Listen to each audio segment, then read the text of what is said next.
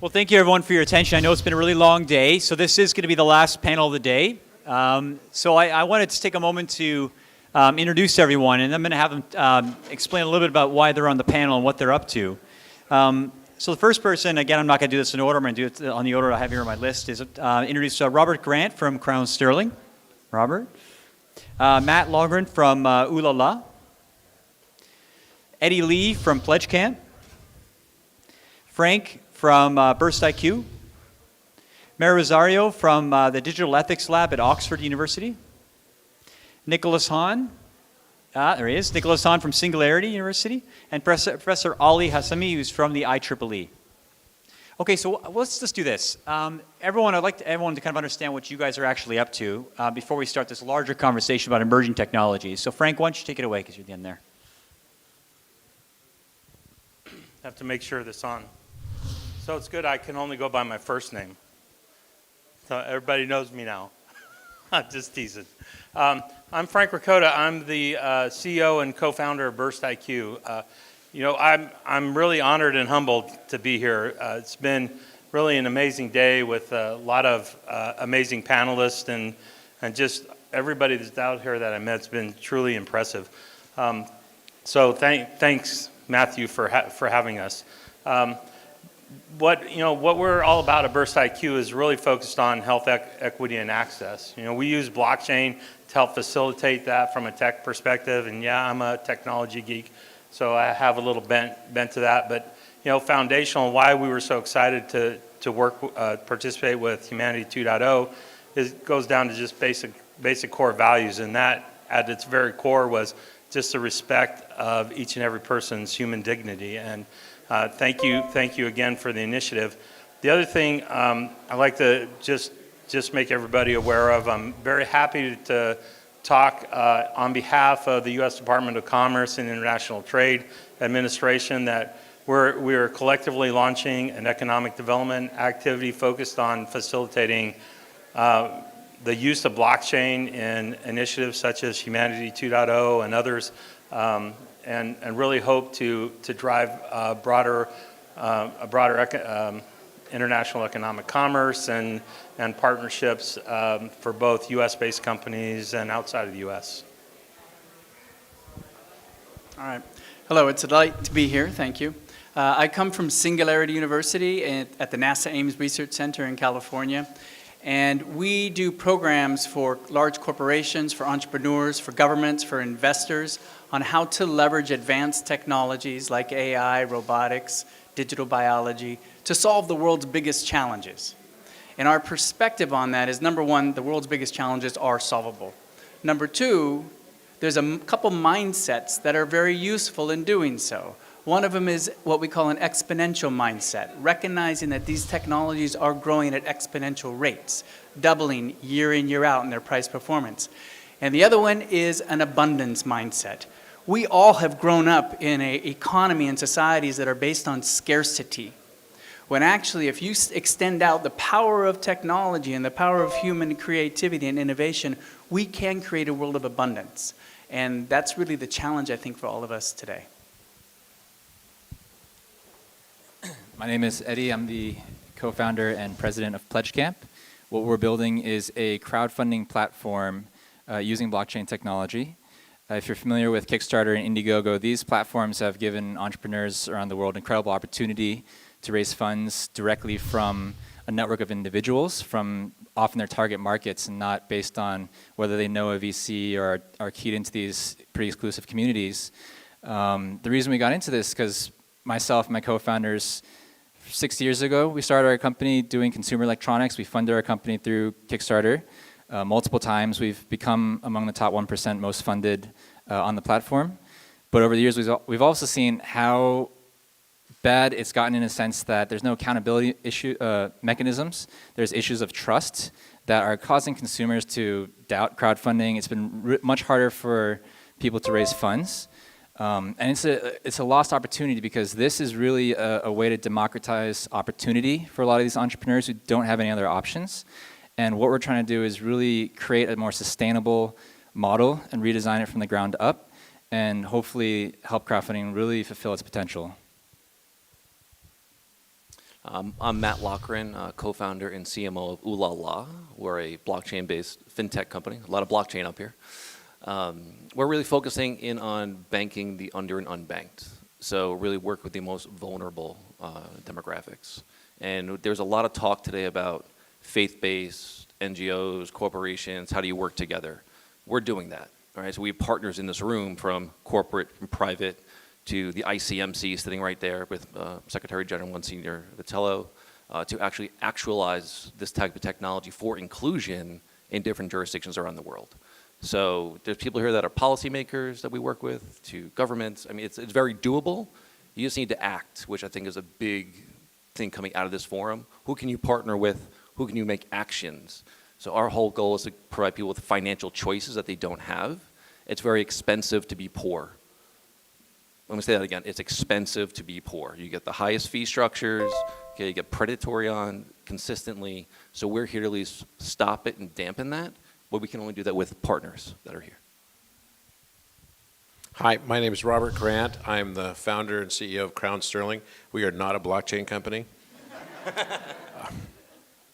We are an encryption company. I make the distinction because most people actually believe, you ask most consumers, they think blockchain is encryption.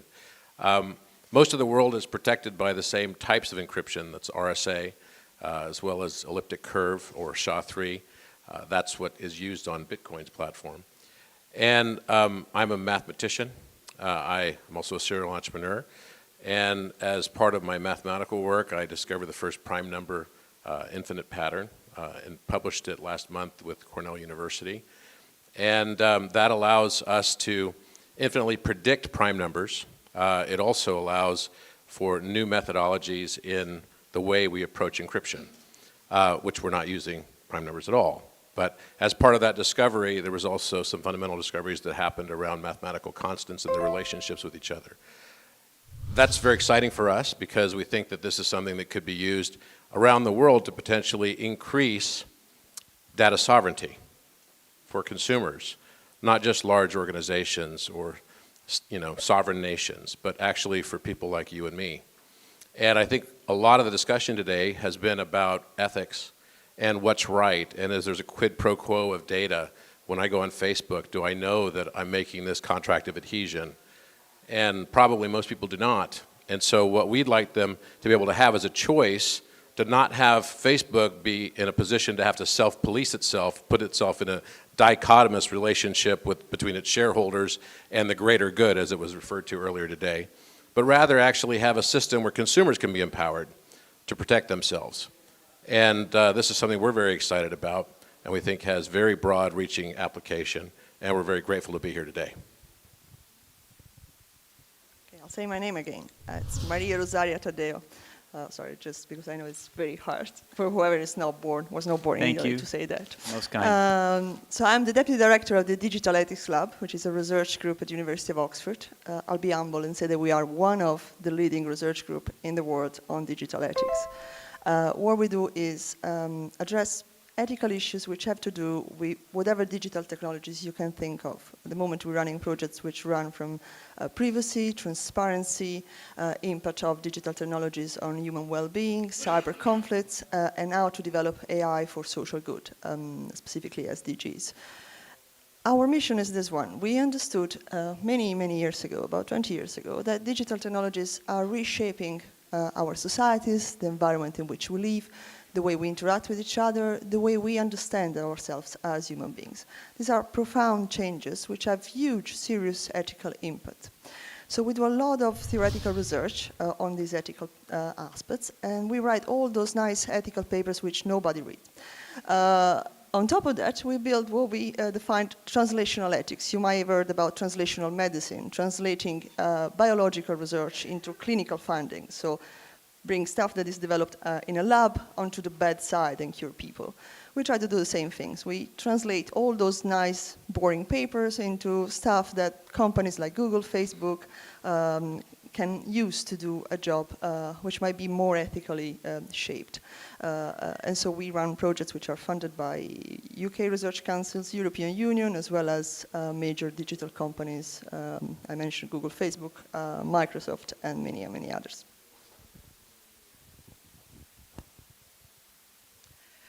afternoon. I'm Ali Hassami. I'm presenting IEEE and the projects that I'm responsible for. I'm honored and grateful to be here to share the information. IEEE is the world's largest technical professional organization with edging towards 500,000 members globally. So after United Nations, probably that's the most representative professional technical organization. Similar to our hosts who have been gracious enough to take responsibility on behalf of the humanity and drive humanity too, IEEE also took it upon itself to drive a program called Ethically Aligned Design.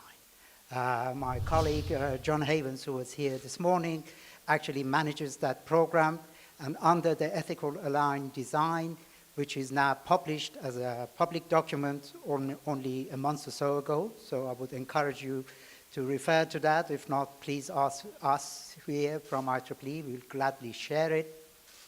We have started a number of fairly, if you like, beneficent and daring programs. One of them is developing a suite of standards on how to design emerging technologies with ethics embedded in it.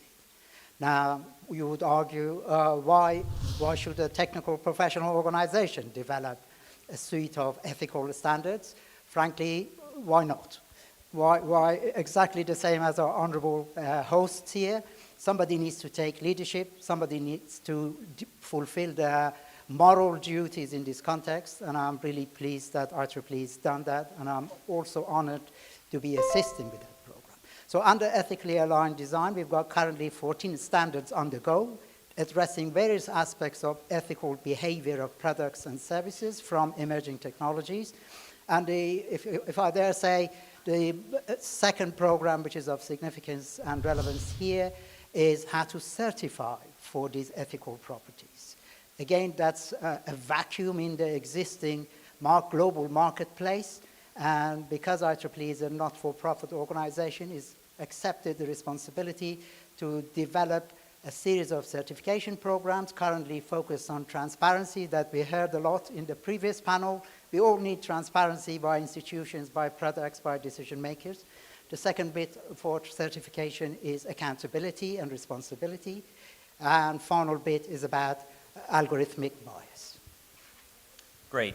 Well, I want to open it up now just for general conversation. So when you say emerging technology, I think people have one of two reactions, right? They either get really excited or they're terrified of the, what the kids are going to grow up like. So I want to ask each one of you. Now, obviously, for the companies that are in emerging tech, you guys obviously have a positive perspective on it, which is why you started your companies. But I'd like you to talk about what drove you into the emerging tech field, and how do you expect or hope it will actually add value to the human family.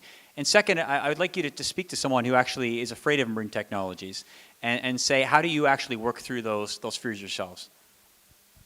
Frank, you want to start us off? Sure.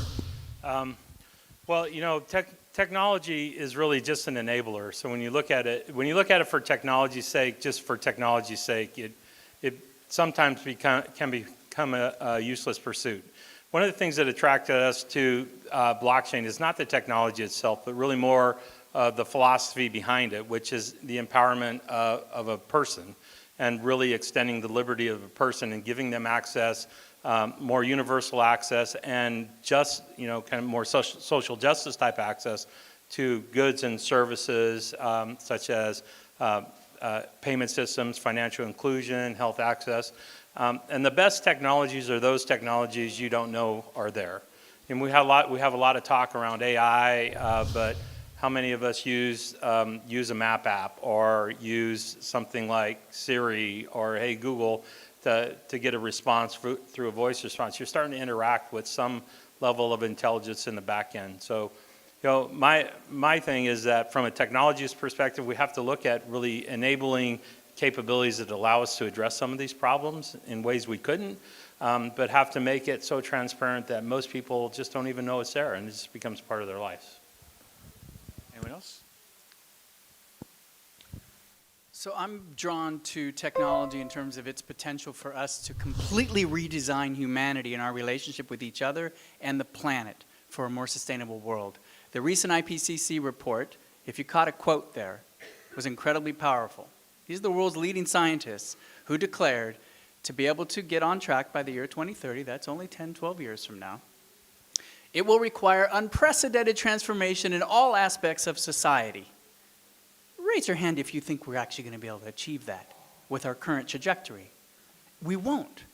We need radically different new solutions. And technology, applying this power of this exponentially growing technology and challenging our value systems and our received wisdom in terms of the way that we have been applying technology and relating to ourselves, challenging that to redesign a future where we can live in harmony with each other and with nature. Because I would agree that climate change is one of our greatest challenges, but it's also our greatest opportunity to reshape humanity 2.0 so that we thrive amongst each others and in our planet. Let me ask a more provocative question here. With emergent technologies, right, how do we know what the right emergent technologies are? How do we go about making judgments between emergent technologies that may actually harm humanity and the ones that may accelerate human progress? Like, this is something, maybe this is for the one academic on the panel, but I think it's something that a lot of people are concerned about, that technology companies are running away and they're moving forward and they're spitting out new products because they have a market, right, and they're driving sales. But is anyone thinking about how these technologies may actually affect civilization down the road? So how do people that are in the industry and then people who are, of course, studying the industry's effects, how do you guys work through this and reconcile these things? I think specifically talking about blockchain, and I know Matthew feels this too, is when we sometimes say that we're doing this company on blockchain, we get like rolled eyes or people who are very skeptical because in the industry there's been hype, there's been scandals and a lack of regulation and ethical behavior, quite frankly. But I think it's important that even for being in Silicon Valley and you get those similar reactions to blockchain, either enthusiasm or fear or just a really polite apathy, it's important for the people in blockchain too to understand that there's hard limitations of blockchain. The blockchain doesn't know what's happening in the real world, how people are interacting. And there are limits, but what it's really done, without getting into like the specifics of how it works, it's created a really new computing platform that no one in human history has had anything like this before. And what it allows us to do is really fine-tune and tweak some levers and create an incentive structure that hopefully lets your efforts scale in a decentralized way. So instead of, again, like asking people to abide by rules, if you're a centralized platform and have a terms of service or something like that, you can create an incentive here with a token or this kind of contractual agreement that exists in software that really, again, is programmed by the humans, but if you know the limitations and you know that you can create a right incentive structure, that's really what we're trying to do, rather than just impose rules. Yeah, for example, when we talk about emerging technology, we went emerging technology married with emerging markets, right? So there's a lot of room there for us to be very ethical in how we set up our organization as well. So our primary market right now is Mexico, right? About 70% of the country is unbanked. Massive number, right? There's a lot of ways for us to build trust and transparency, which I heard a lot about today, but we do that with our blockchain as well. We're building people a financial identity that they can take with them around the globe. We're building them a new credit portfolio, if you will. They can qualify for microfinancing based on if they're even just sending their mother money, right? We're using small steps and increments to actually incentivize the right behavior. But how do you convince them that? How does the user, say in an emerging market, who I barely understand blockchain, and I've been listening to people talk about it for, anyways. It's simple. You don't tell them there's blockchain, all right? If I told you, that makes sense. it's really that simple. It just confuses them. Or anybody. If I told half this room about blockchain, you start rolling your eyes, like Eddie just said. This is like how the internet, right? You just turn on your phone and it works. You just care that it works. You don't care what's behind it and actually doing what he probably does from encryption. But but that's really the mentality. You have to make it simple for adoption by the end user. We're very much a base of the pyramid, bottom-up company to actually grab adoption. And again, one of the reasons that we do that is partners, right? Network effects, how do we get very fast adoption so everybody can share in that as well. Mayor Rosario, represent for academic community there. Okay, no pressure. No. So adoption by opacity makes me jump on the chair because we weren't told how the internet, we didn't tell people how the internet worked for the first 10, 15 years. Then everyone went ballistic when they realized, well, you're giving your data for free service and that's going to shape the way your credit score is defined and so on and so forth. So let's be careful on how we want to have trust and support adoption. On a more general sense, how do you know that an emerging technology is going to be good or bad? Well, you don't, because technology, and especially digital technology, is dual use. Everything, any object can be used for one purpose or the other. Digital is increasingly more so. Now, this is an important aspect because we have to understand that to make sure that we design something which is going to be used more often for a good purpose than a bad purpose, you need an ethical thinking. Now, the previous panel was really encouraging from one side, but from the other made me also think, ethics is not just about do the right thing, be a good person. It's not about what you told when you were a child. Ethics is about funding trades-off, deciding when you're going to have a little bit less privacy so that you can have a bit more research in bioethical area, when you're going to have a bit more security and so less privacy again, or more transparency and then less easiness of adoption. It's a bunch of trades-off that require careful considerations because those trades-off shape society, shape the environment in which we are. How you do that? There are methodologies. We call it ethical foresight. Understanding when you're going to design a specific artifact and you deploy it in a specific context, what are the risks and what are the opportunities? And the last thing I want to say is that ethics is not there to tell us what we should not be doing. It's not the mom who slaps on your wrist when you steal the candies from the jar. Ethics is also there to tell us what we absolutely should be doing, especially with these technologies. It's about what opportunities we should not be missing, because otherwise our children in 10, 15, 20 years, we're going to tell us, you knew how to cure cancer and you didn't? Why? You knew how to stop climate change and you didn't? Why? So many times, many companies to whom I talk, to which I talk, they tell me, well, actually, I'm not sure I'm going to do that thing because I'm not sure how it's going to pay back. And if it's problematic, then I'm investing money and risking reputation for something which is not bringing profit. So we need to understand what are the opportunities in which we want to invest, and that's why ethics is important. To round up, the fear that something might not be good should not stop emerging technology. It's the need to control how the emerging technologies actually behave in the real world, which will enable us to achieve the best of the technology and minimize the risks. On the question of knowing whether or not a technology will be good ultimately or bad. I'm reminded of the sort of story of when the atom was first split. And out of splitting the atom came as a result the potential for building a nuclear bomb. Now, when I discovered the prime number pattern, I was immediately approached by people that said, wow, now you can crack encryptions. And that was not what I was thinking. I thought, well, I was looking for the connection between gravity and electromagnetism, and that's how I discovered the prime number pattern. I found the constants in the language that connects the constants, like verbs in this language of mathematics, this universal language of mathematics. I never thought that this could cause potentially havoc in financial economies. But what we all have to realize is that in physics, Albert Einstein was very much of the belief, like many physicists are, that every action must have an equal opposite reaction. We cannot break such an equation. So that means any new technology that comes out must have, by definition, both good and bad consequence associated with it. We could talk about polio vaccinations. The greater good is that we get polio vaccinations, but we know that some people die every year because of polio vaccinations. Right now in Europe, we have a problem. Why? People don't want to get the measles vaccination. We have this problem also extending to the United States. The reason they don't want the vaccinations is because they don't believe the pharmaceutical companies or the health authorities have done the appropriate work to look at the cumulative effects of aluminium, which is used as a preservative. So now we have a measles outbreak in Europe and the United States. But is it better for the greater good, or is it better for your family? And in the questions of ethics, I see this all the time, whether it's related to politics or new technologies, it doesn't really matter. What people will justify is what they believe will benefit them.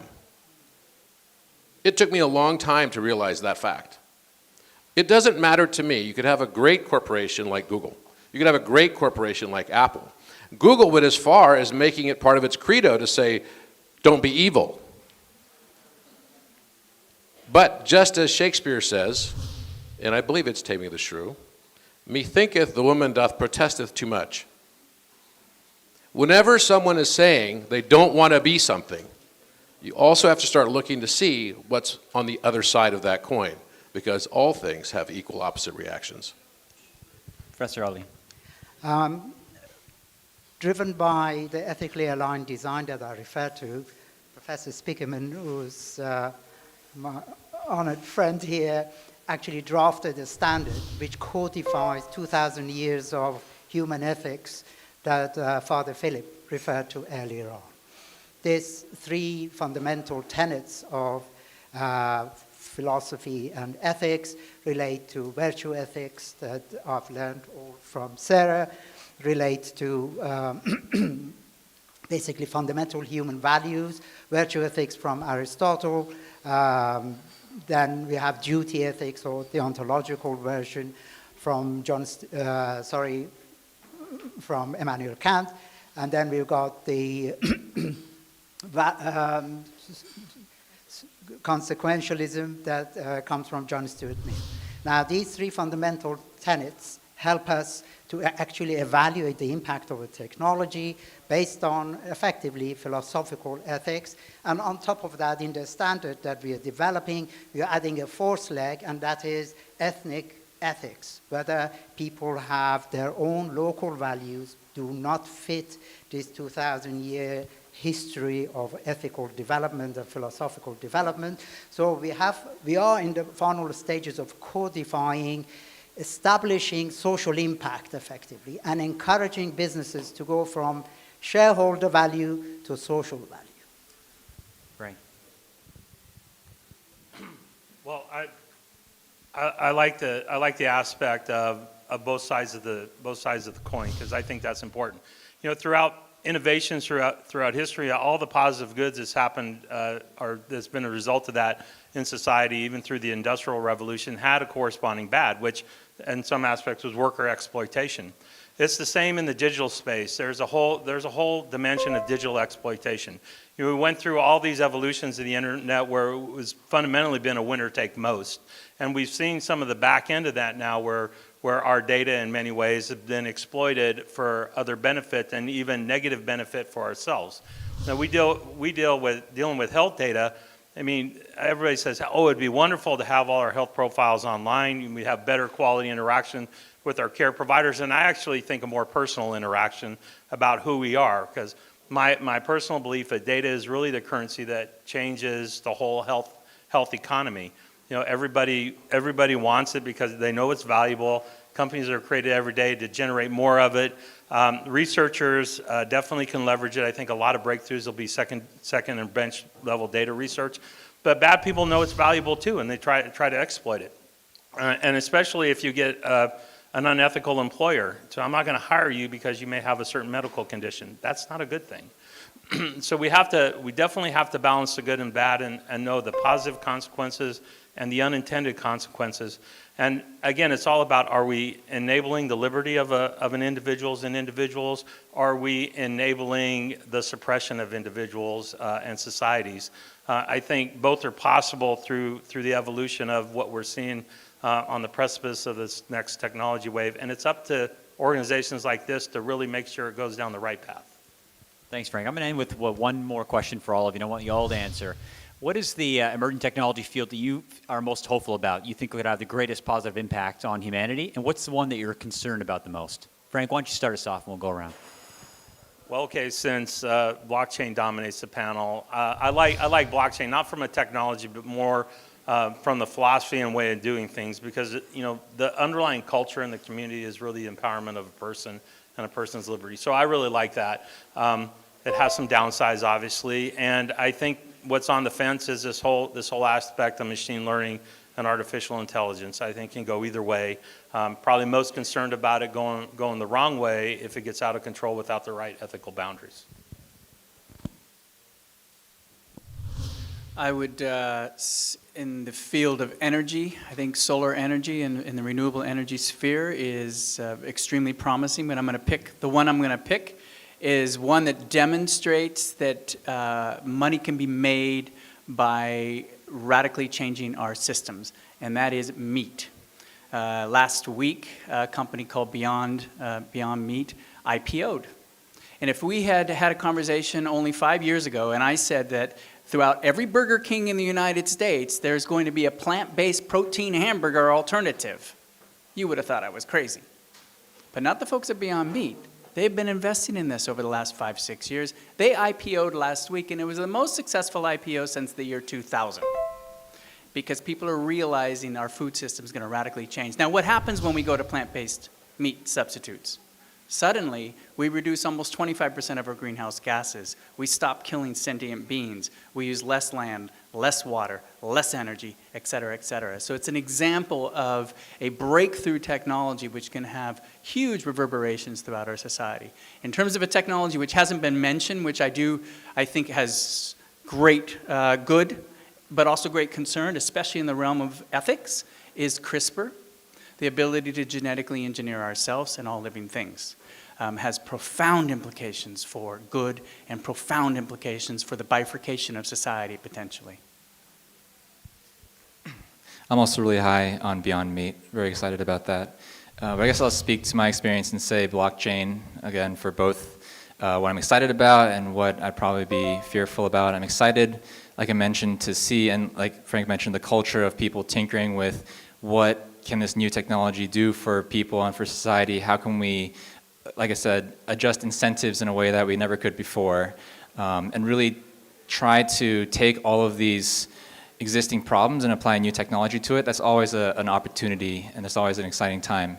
But the downside is, of course, and the flip side to the coin is that it's a little bit of a technology in search of a problem, a solution in search of a problem sometimes, and a lot of people are jumping on the hype train or straight up using it, the aspects of anonymity or permanence in negative ways. So it remains to be seen how much time it'll take for us to kind of work out the kinks and get to a place where people figure out what to do with it. But like any paradigm shift in a computing platform, I'm confident that we'll get there. So I think enough has been talked about blockchain, so I'll go a little bit differently. So what I'm looking forward to, I think technology has the most potential is something around biometrics as well. We talk about blockchain and stuff for payment systems, but eventually that might be biometric. Now, on what I'm most concerned about, I don't think it's been released yet. Like if you look at Gen Z coming up, who's been literally born digital, who knows what's going to come out of this specific generation? Maybe it could be from an ethical standpoint, right? If they, whatever it might be, they've been, in cyberbullying now forever as well. So it's been really interesting or scary as well coming out of that generation. What types of technologies might be released here in the next 10 years? I'm fascinated by the notion of expanding what it means to be a human being. And the reason I say that is because even 30, 40, 50 years ago, we never thought of our digital life as being part of who we are. And this is raising lots of new ethical questions right now, because what we've done is we've expanded and created another dimension of individuality. And that higher dimension of individuality also can bring along with it new ways of looking at monetization. I remember when I was in college, my buddies would say, hey, you want to go down to the blood bank and earn some money? It may be in the future that your thoughtful decision to sell some of your data in a format that you're accepting of, in a way that you like, and knowing that you actually are making such a transaction, not one that's a contract of adhesion, not one that is basically foisted upon you because you didn't want to read 78 pages and just click agree.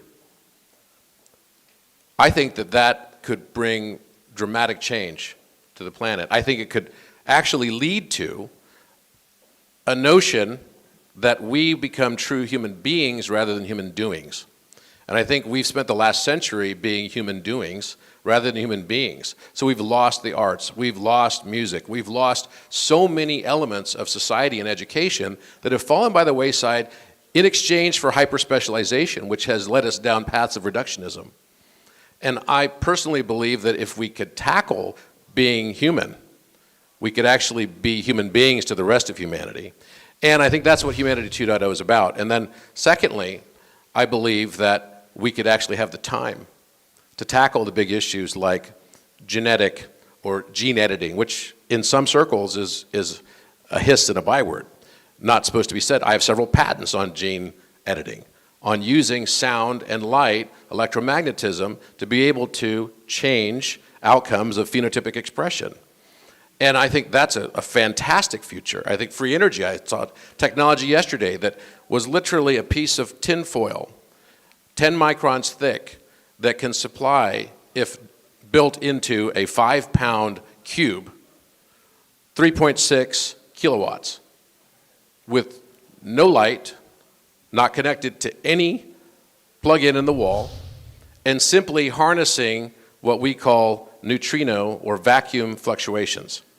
To me, those are very exciting things, and what we want to be able to do to help enable that is to create an encryption platform that each and every one of us can use. It's called Time AI, that each and every one of us can use to be able to safeguard this expanded dimension of who you are, which is what your digital life is. And I personally believe that digital rights should be looked upon as if they are human rights. It's difficult to top that up. So the answer is going to be AI, artificial intelligence, both for the great opportunities and the great risks. The great opportunities is building on what you just said, because AI has this great potential of free our time from tedious tasks, stuff we do not want to do, things which are dangerous. And that time can be dedicated to human flourishing. If this is the case, then we have to make sure that in a society where there are going to be more AI, and this is the trajectory where we are on, we need to make sure that that means more humanness in any possible sense.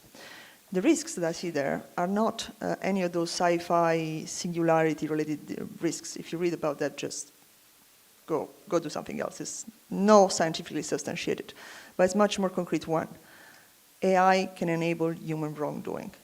It can enable us, our biases, our prejudice, our superficialities. It makes it much easier to be a wrong or an evil person. And this is the risk that I see there. Without the right guardrails, AI can facilitate us going on to the wrong path rather than on the right path.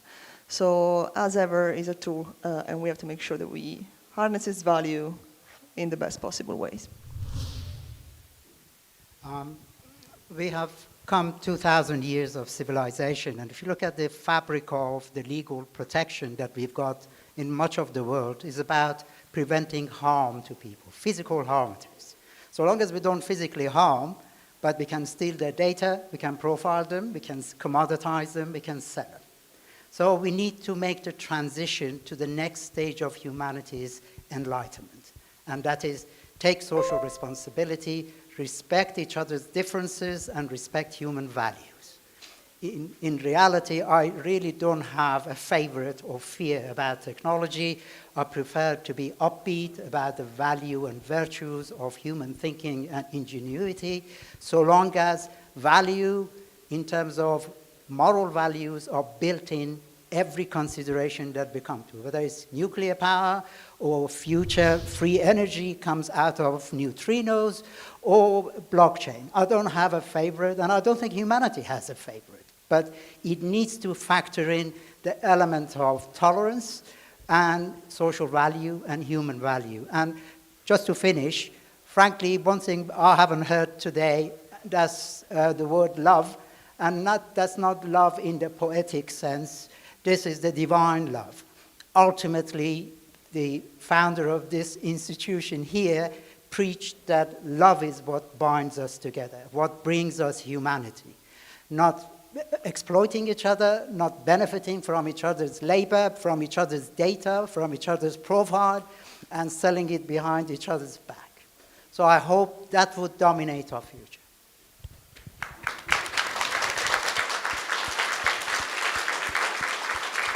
I really want to give Professor Ali the last word there, because I think that's a really beautiful way to end. But let me just start by saying, someone asked me, what is humanity 2.0? What was 1.0? And let me quickly define that from our perspective. Humanity 1.0 was when we all looked at each other as individual tribes, all competing for scarce resources. It was inherently an adversarial dynamic. Humanity 2.0 is when we recognize we're on one planet, we're one tribe, and if we're going to survive, we're going to have to do it together. So one of the reasons why I want to talk about this is because this is emerging technologies in many ways is going to affect our future. And whether technology becomes a good thing which saves humanity, at least in some respects, or it kills us off, is, I think, dependent upon us. And that's why Project Vision, what Father Ezra talked about defining what human flourishing is, and then determining what the impediments are, is so important. Because if we don't have a roadmap or a sense of what we're trying to build together, then I don't think we're going to be able to achieve it. What you're seeing here is a foreshadowing of next year's panel, which is May 8th, 2020. And we hope you'll be able to come. And it's really looking at how can we apply emerging technologies to actually tackle or address very concrete problems. So trying to get very practical. The last thing I want to say, it's more of an announcement. I'm really excited to announce. Tomas, you're in the room? Okay. Now, okay. Uta, you can stand up then.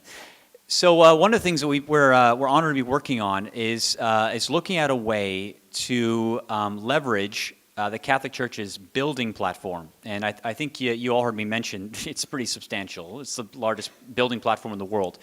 How can we leverage that building platform to, I'm going to use the example of LEED certification, but green certify the entire platform?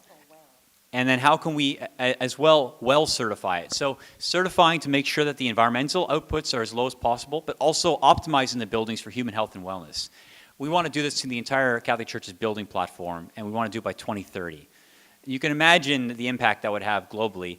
This is not just about making a statement. This is also about providing models that other networks can follow. If we can get the Catholic health system globally to go green and go well, that provides them a competitive advantage, and we're hoping that will incentivize other health networks to follow suit.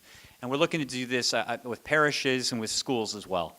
So anyways, anyone who's interested in those particular areas of greening the world and welling, would like to work with us on that. It's an open invitation. So in the coming months, we'll be working to build that out. And we're honored to be working with the Global Catholic Climate Movement and other partners to architect that strategy, which we'll then present formally, and then we're going to be basically presenting next year in 2020 how we're planning on executing it. And it's a fairly obvious by developing showcases, developing the partnerships necessary to affect the actual standards in the buildings themselves, and then to demonstrate the financing models that are necessary in order to fund them and then pay them back.